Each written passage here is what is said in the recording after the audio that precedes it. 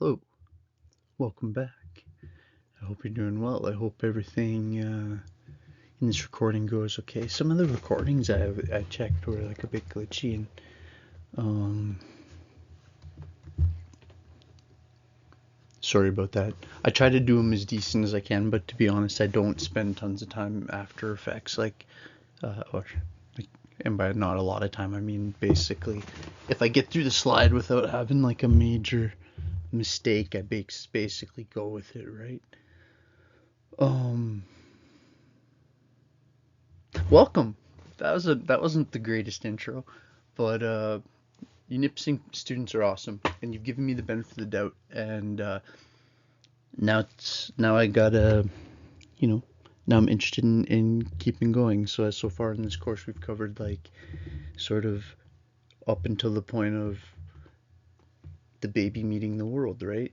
The baby's now been born, and we're looking at this kind of second major developmental period in life. This second huge jump, right? Well, like infancy 0 to 2, where we're gonna now break it this sort of into two chapters. Chapter 4 is gonna look more at how all these changes then shift the kind of emotional and experience of the kid, whereas chapter 3 is looking at more at what's actually happening, like physically and cognitively, right? So like in terms of the body and in terms of how the brain's working, what the brain's doing, how it's making sense of things, how it's building, how it's pruning, how it's everything. All right, welcome. Grab a coffee, grab your notepad. I'll kind of ramble a bit. Just I want you to. I know there's like a quiz associated with this. I'm sorry, but I'm gonna have to break this into two and probably do the second half tomorrow on Saturday, and then I'll have the quiz come out. And remember, you have like till basically the end of the term to do the quiz, so there's no rush. The idea would be to like watch the video, take some notes, go over your notes a few times, and the quizzes aren't designed to trip you up really. They're like, I think that you'll see if you watch the chapter, take some notes, do the quiz, that they're pretty fair. And it's probably easiest to do that way because I do it that way because I'm not doing them cumulative. I always struggle with that word. I've struggled with that word my entire life, or since I knew that, or didn't know, since I didn't know how to say that. Um, so yeah, there's none of these because I always hated that as a student, where it's like you forget some minor detail from September on the huge test. Um, So yeah, let's get to slide 2. Welcome. Hope you're doing well.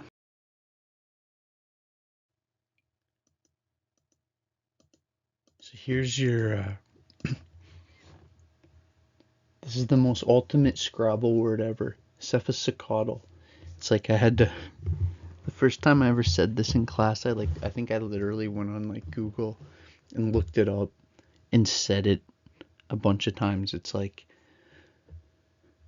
one of those words that, yeah, it's like $1 million word, and it's actually a pretty easy thing to understand. It just basically means head to tail. It means like literally the spine, right? So it means like when you think of what's held head to tail, well, it means basically like the base of the spine to the, or the top of the spine to the tailbone. Cephalocotyle. That the baby born. So like why are we talking about this? That the baby doesn't start from the feet up, right? Obviously, it's like the baby grows from the head down basically, and then from the middle out. And there's another word for the middle out that we'll get on to the next slide, but like the word from head down basically is cephalocotyle, that physical growth and features differentiations like this. Another one of these like $1 million words that just is like almost fancier than it needs to be, but it's actually, once you understand it, things becoming different than each other is what differentiation is, right? So a cell that makes a double of itself and they're the same, because they're the same, they're not different. Them becoming different is differentiation.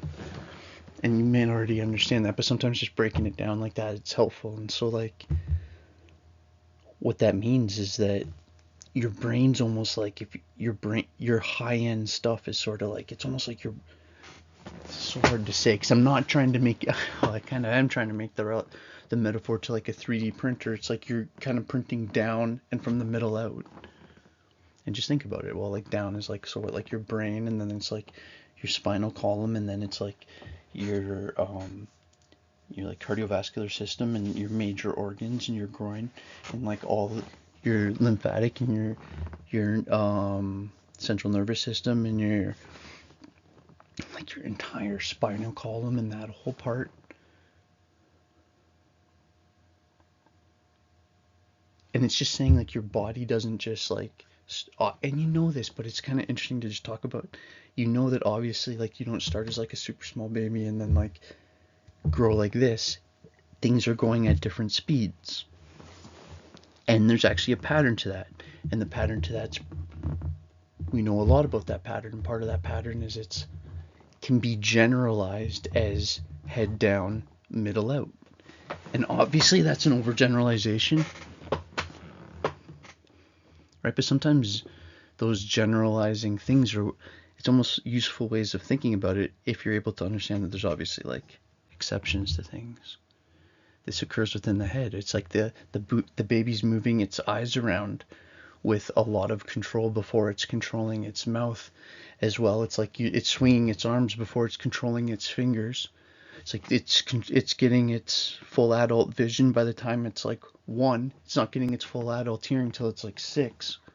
So my point is that things aren't just like 5%, 10%, 15%, 20%.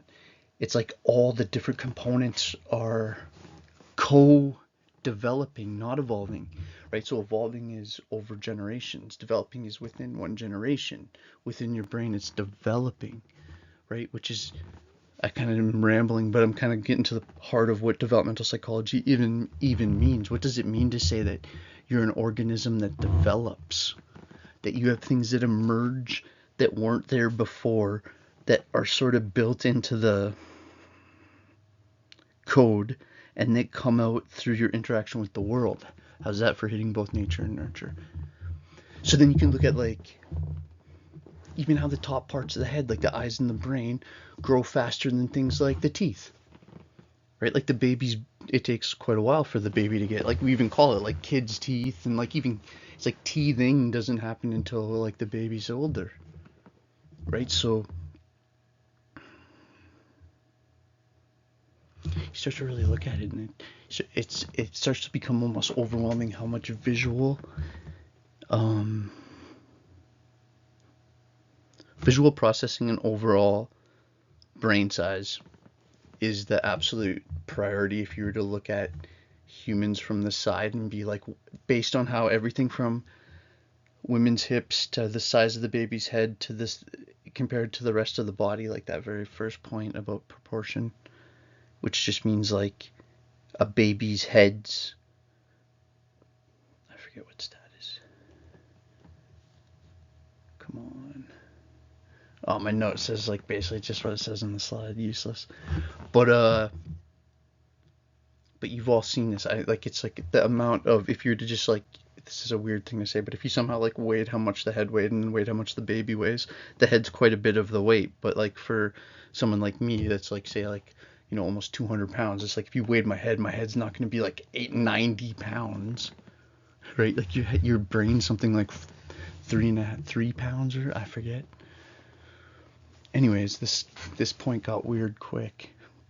It's like if you're ever doing presentations, try not to don't walk yourself 6 minutes into slides into scenarios where you're like, it'd be useful to have stats that you don't have.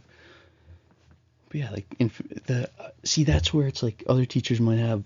I think what I'm trying to be strong at is like, I don't know,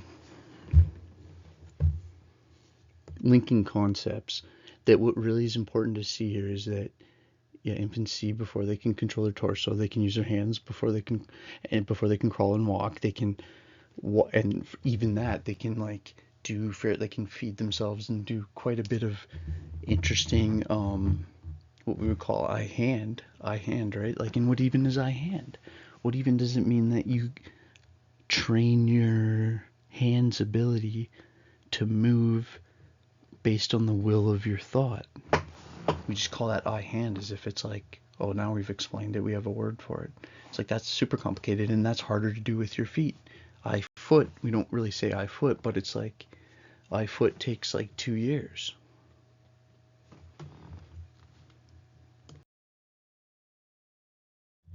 So here's the second term, right? So you see here basically the concept of how the picture on the left, that cephalocodal basically means like from the head down, and then proximodistal, right? Proxy means like distance, and the mode of how distance is covered, I guess you could think of it as like that. But basically just look at it as the blue arrow on the second picture. That, and this sort of makes sense, right? Like, it's obviously like your body doesn't start at like the tip of your fingers and come up your arm. That would make no sense. It goes from the middle out in general. In the proximodistal pattern, proximodomisal means, you might want to add this to your notes, that what that word means is just near to far. Near in the middle to far out to the limbs. The sequence in which growth starts at the middle of the body and moves towards the extremities. For example, infants control the muscles of their trunk and arms before they control their hands. They can use their whole hands before they can control their fingers. They can move their fingers before they have like fine motor skills. So it's extending and updating.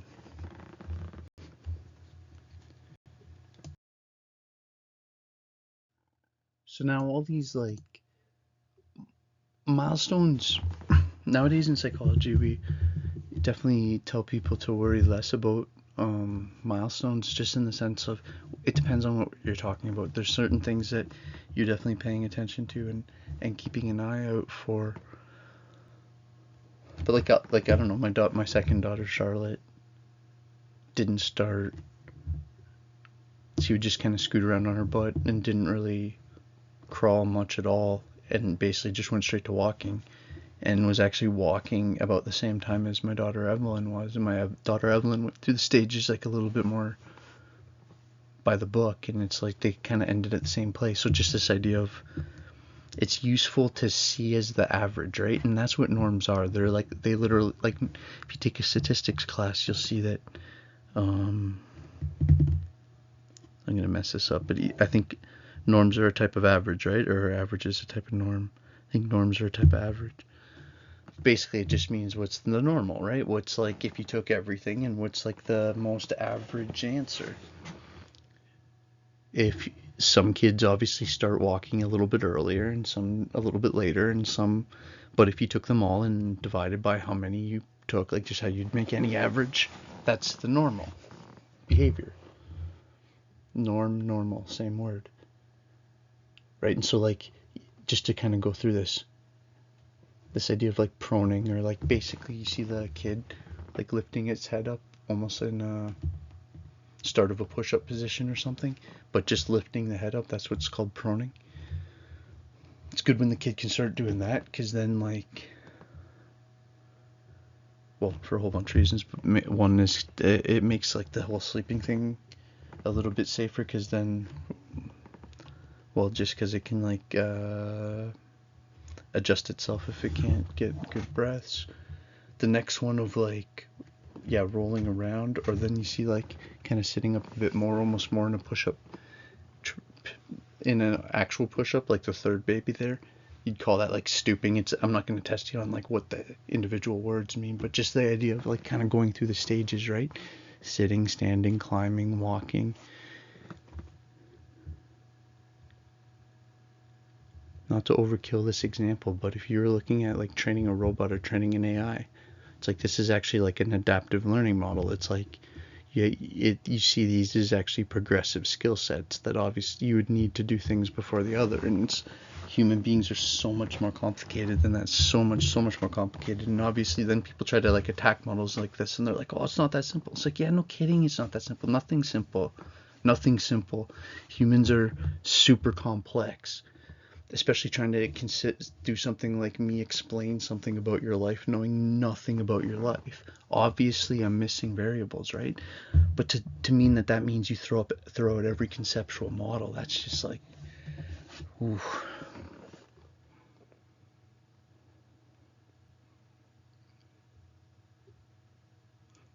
It's like intentionally limiting yourself, right? Like, anyway, so let's keep going on this.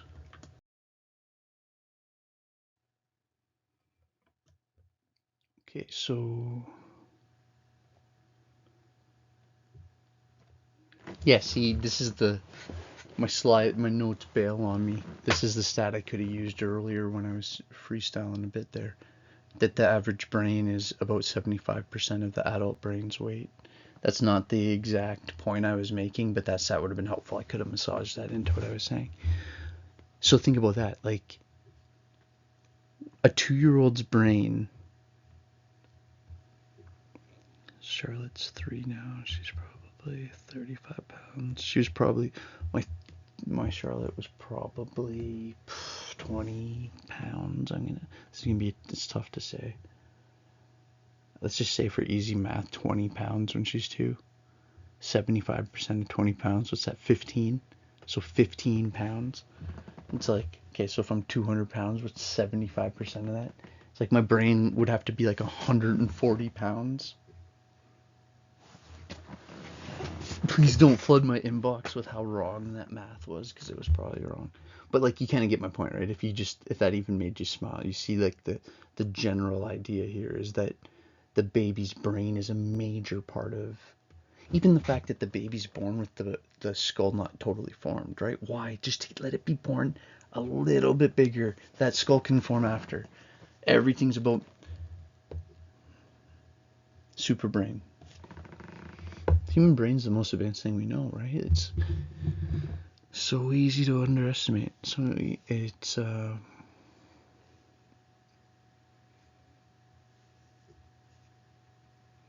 you can't even call it a bio supercomputer. It's so much more than that. The brain is so,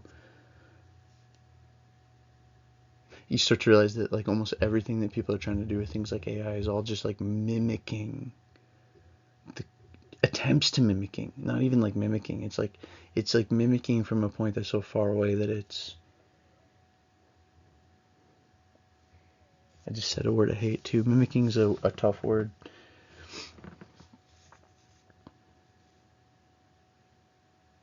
Because what I mean is, like, think about this I'll just take a quick side note. Think of this from like the perspective of AI. Like, what if you had like well, what if you were going through something difficult and you had an interaction with a personalized intelligence, that AI, a personal ChatGPT, let's just say, that you make yourself, but that knows you and has also been trained not to, well, we can get into that.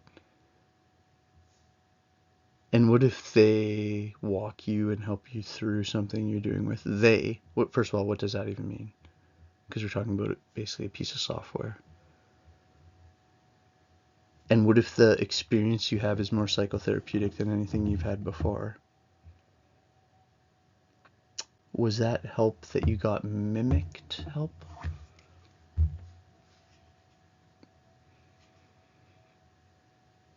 And this is where this conversation is really interesting, because it's like, well, mimic kind of makes you think of fake. It's like, well, I don't know what was necessarily fake about the process. The AI that helped you would have helped you in whatever way you wanted and would turn itself off and delete itself if that's what you wanted it to do.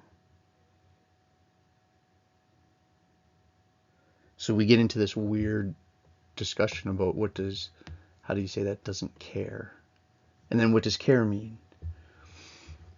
This is what I'm saying. I need to, if any of you students are interested in this, it's like, and the Conestoga students too, I'm trying to think, because it's like, it's not, I don't want to create like a coders club or something, because that's like the wrong idea, because it's not about coding. It's almost about like the study of the ethics of not even the ethics, but just the philosophy of applied AI. Maybe that's the idea, right? Applied AI is because the reality is that starting from scratch, you're already too far behind. The only way to jump in is to jump in.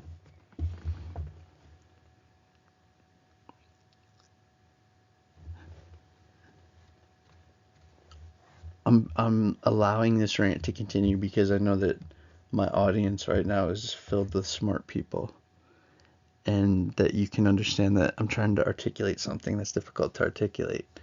But what I'm trying to articulate is AI is coming. You're going to have to deal with it. 2025 is going to be the year of AI.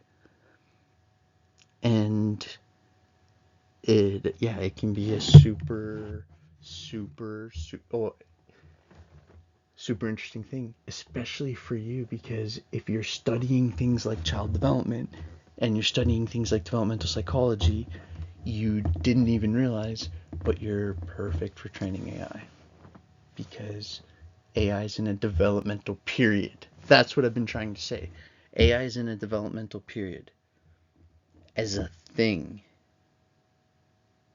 And basically every single concept from this course applies. And that's why it's hard for me to not, while I'm like down the rabbit hole of AI, like now I'm like 6 minutes into the slide and all of a sudden I'm noticing I've like lost myself back into the rant, right? Okay, so let's keep going here. It's just all, the similarity overlap is incredible. Interaction with environment and individual neurons allow, so this idea that like as the brain, I haven't explained the top word yet, that neuroscience, so to understand that word we'll do it in reverse. Neuroscience, or the science of the neurons, the nerve cells that process information in your brain. Neuroscience, the study of that, the science of studying that.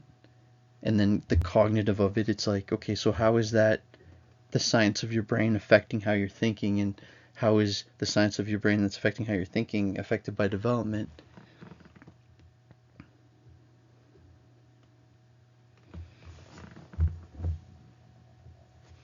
So let me just read this because that was a wild rant, but I have a decently concise note right here.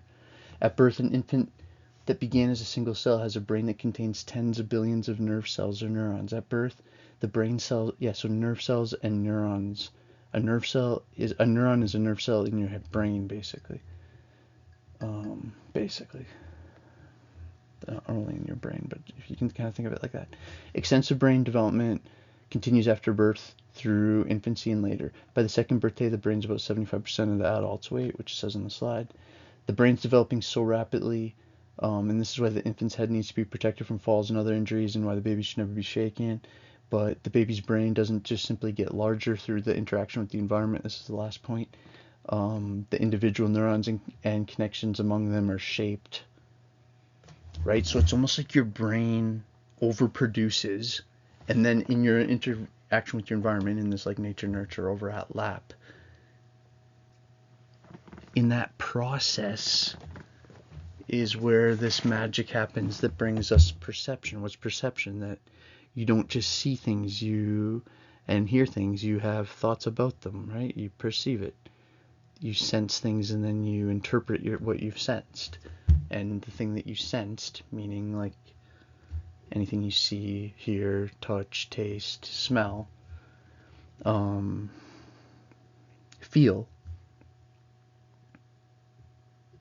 touch,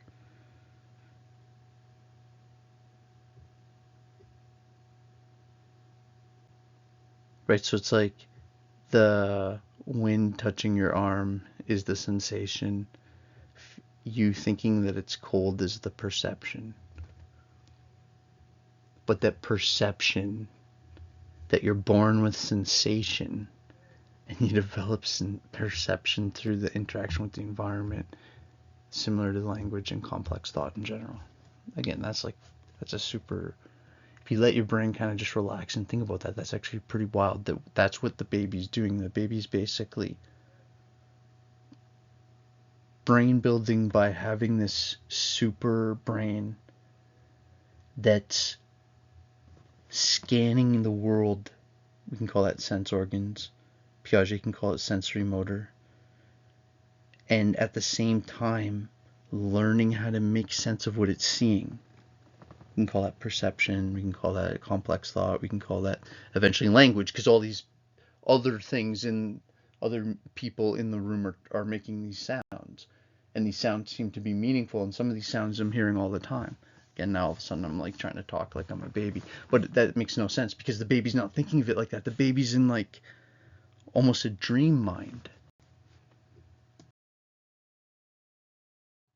Sorry, I'll try to be a bit better at this because I might be getting annoying because I'm like, I keep giving you the, bringing up the word and freestyling the definition when I have like the word on the very next slide.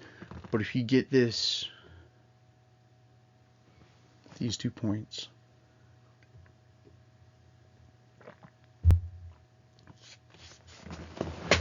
As I just slam on camera a huge gulp of very cold coffee. Well, not that bad though.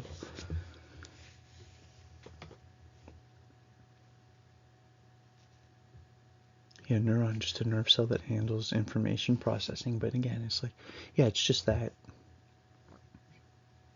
Unless you actually like slow down and think like, what in the world does that mean? What in the world does it mean to say that a cell handles information processing? Like, take those two words and put them together. Information is like, well, you know what the word information means, and processing means basically doing something with it. So that cell can like take information, things in a formation, and do something with it. And those things in a formation are chemicals or sometimes electrical signals. And so it just for your note for this slide, a neuron is a nerve cell that handles information processing. But again, it's like if you let your brain kind of relax and think, well, what does information processing mean, right? It's chemical and electrical. Because obviously there's no like words and it's not like thought based. And so then what does information processing mean?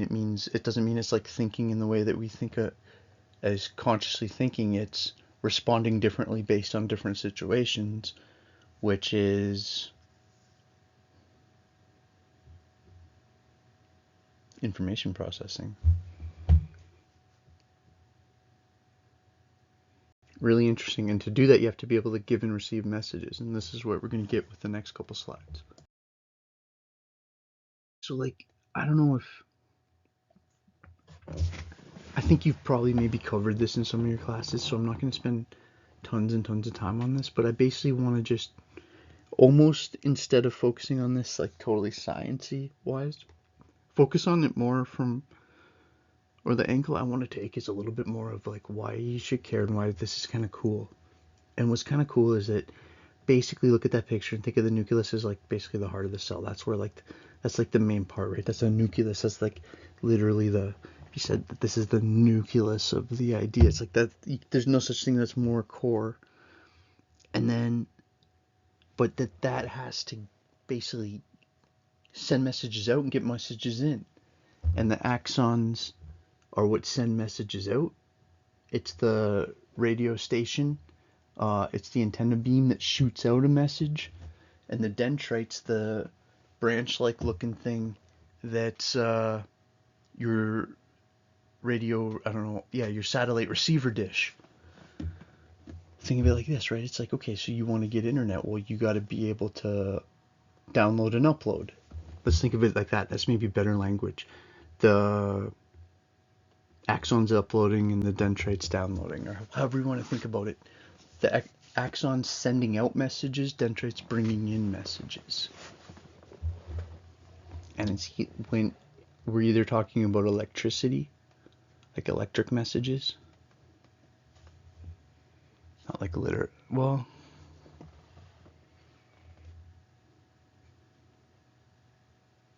because it's really interesting, because it's not like there's like an electrical volt going through your head, but it's like the actual, because electricity doesn't flow like water where the same piece goes the whole way. It charges and charges next to it, like almost chain reaction is a way to think of it. It's like that in your head too, where it's like there's like the word you might have learned is action potential, which is just like, again, my biggest pet peeve is like the words that are unnecessarily difficult. But it's interesting. Action potential is actually a really bad word for me to rip on because it's actually pretty descriptive. That there's actually a potential for something to happen, and that's the way to think. Like your brain has all these like potential ways it can go, and if those ways go enough times, that those things get hardwired, and those hardwires we can call that like neural pathways, and enough neural pathways is what we basically call a brain.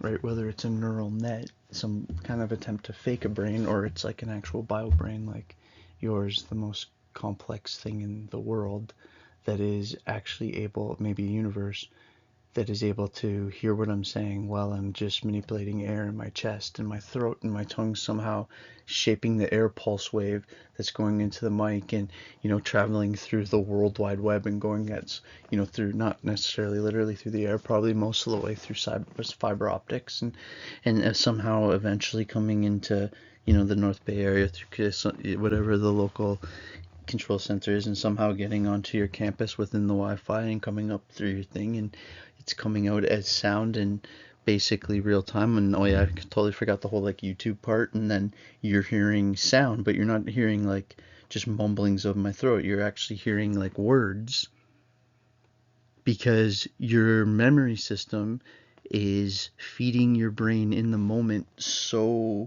with such high efficiency that unless I'm like pointing it out to you in the moment, it's easy to totally forget that the only reason you even understand what I'm saying is because you know what words mean, and your mind's informing your right now constantly. We call it working memory, but it needs a way better word.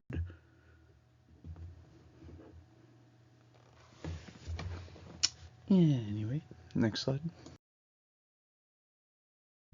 This is another one where I would try to convince you to nice, if you heard that sound, that was my warning. If I pressed it one more time, it was going to the next slide and messing up.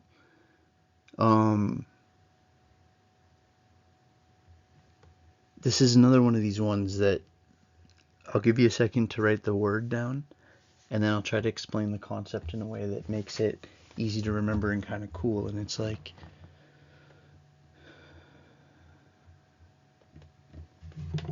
I won't use my mic cord, but I'll just pretend.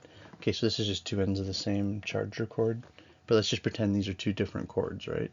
And if I was to like touch the two cords, it's going to short out. Let's pretend these are two cords that both have a charge in them, and why it's going to short out is because you don't touch the copper together.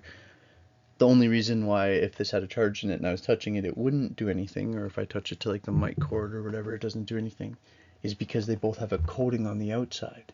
And the coating on the outside, actually what it does is it allows the code going through the mic, or not the code necessarily, the charge or the information, and what's going through the other cord to stay separate. It's like they stay on their own paths. And you can think of the myelin, which is just like a fatty substance on the outside of the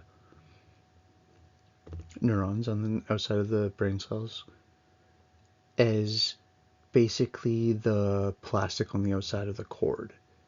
That what it does is so then if you look at, okay, it's a fat cell encasing the axon, it insulates them, it helps the signal go faster. So same as like this, right? It's like it insulating, not even necessarily in the sense of like, we think of insulating as like keeping warm or cold, but insulating in the sense of, insulating means, if you actually look it up, I think it means to like, if you're insulated from the environment, it means the changing environment outside is not like dramatically affecting you. So if you're insulated as a cord, it means like other cords being around you doesn't affect you. I think that's a good way of saying it. And then the word sheath. So myelination is the process of myelination being produced and encasing in this thing that's called the myelin sheath. And you can think of sheath as meaning like the case a sword goes into. Right, so if you pull out a sword and then you put it back in the case, the word for that case is a sheath. It's a casing. So myelin is like this fat cell casing. It's a core. It's the protective layer around the cells in your brain, and the process of that happening is what's called myelination.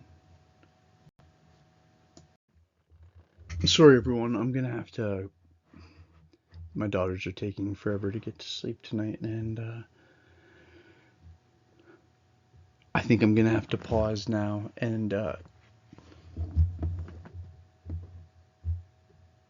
gonna try to get stuff out maybe a little bit earlier than Friday night, because that's actually like a pretty hard pressure point, but I guess that's what I'm doing to you guys too. So I'm gonna try to like meet all the deadlines as well as I can, but just like if in your life things are going a bit intense, you can always reach out, and I'm usually pretty flexible and understanding. Yeah, my week's just been crazy because my wife broke her foot playing soccer, and I shouldn't complain because I'm super sympathetic for her. But yeah, breaking your right foot stinks because then she can't really drive, right? So I've just been, anyways, blah blah blah.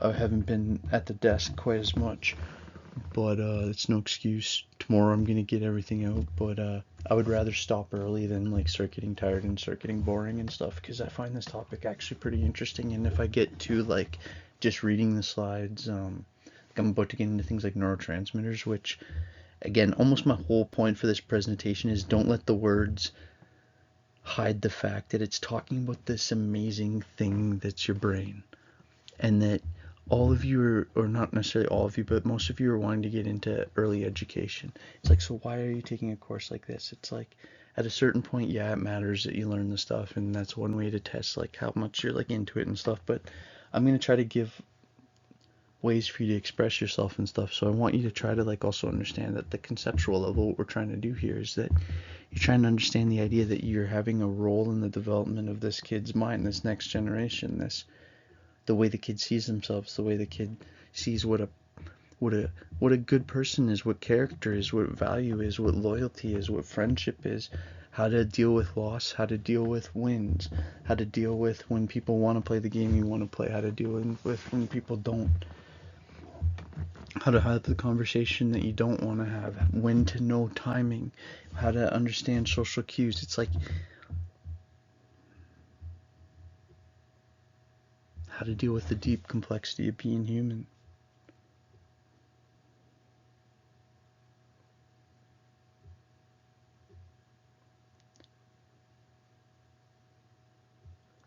Part 2 coming super soon. You're awesome and I appreciate you. And I don't mean to be like, oh, I'm sorry that this isn't like a 3-hour presentation, because I know a lot of you are probably, and I got this feedback a bit last year, because I think when I started doing these, it was like, oh, I got hired to do a 3-hour class, I got to make like a 3-hour video, and then I realized, well, making like a decent 3-hour video, even just decent, it's like, it's, I don't know, my process has got a bit better, but, so anyways, to teach what I need to teach you, I don't have to make 3-hour videos every week. I'm going to try to aim more at like an hour and a half or whatever, but I'm not going to do that by teaching less. I'm going to try to do that by being more impactful, right? So anyways, blah, blah, blah. See, once I start doing this, I'm starting to like, oh, that's like, I'm breaking number one rule of presentations. If you're like almost boring yourself, it's like then you're definitely boring the presentation. It's not that I'm boring myself, but I'm noticing I'm getting rambly, and it's like 10 o'clock, and you know, old man mainland needs to get some Z's, but I'll, not that I go to bed at 10 o'clock, but, anyways, part 2 coming soon. Same bat time, same bat channel.